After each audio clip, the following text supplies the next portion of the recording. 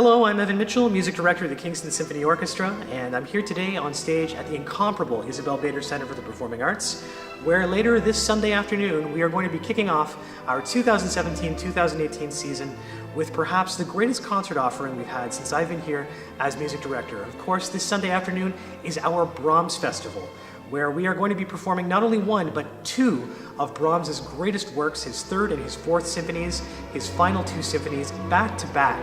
And this concert is really going to be something else. Now, Brahms, of course, is one of the greatest symphonisters in history, and he said something new and fresh and original and inspiring with all four of his symphonies, all four of which also had great impact on generations of composers to come.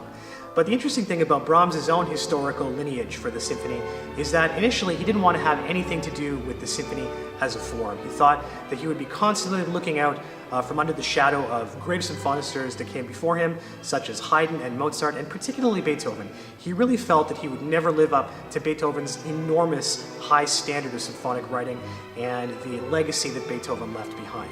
Now, once Brahms had finished his first symphony, it actually seemed to open the floodgates a little bit, and his remaining three symphonies came much easier with much less self-doubt, and I'm really glad that's the case because they're all masterworks. In my opinion, particularly the third and the fourth symphony, these are the two we're going to be performing Sunday afternoon.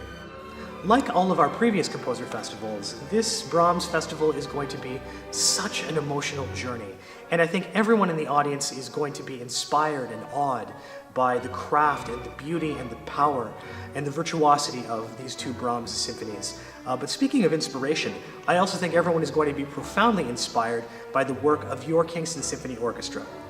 Now, I can't stress enough how difficult of a concert this is for the orchestra. One Brahms symphony by itself is enough to be extremely tiring and extremely taxing, and to take two of them and perform them back to back, I know many symphony orchestras that would never ever consider doing anything like this.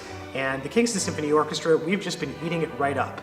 In fact, already in the rehearsal period, I've felt so much commitment and just 100% dedication to exacting all of the emotional spectrum that we need to be able to perform these symphonies properly. There's intimacy, there's power, there's anger, there's despair, there's joy, there's ferocity.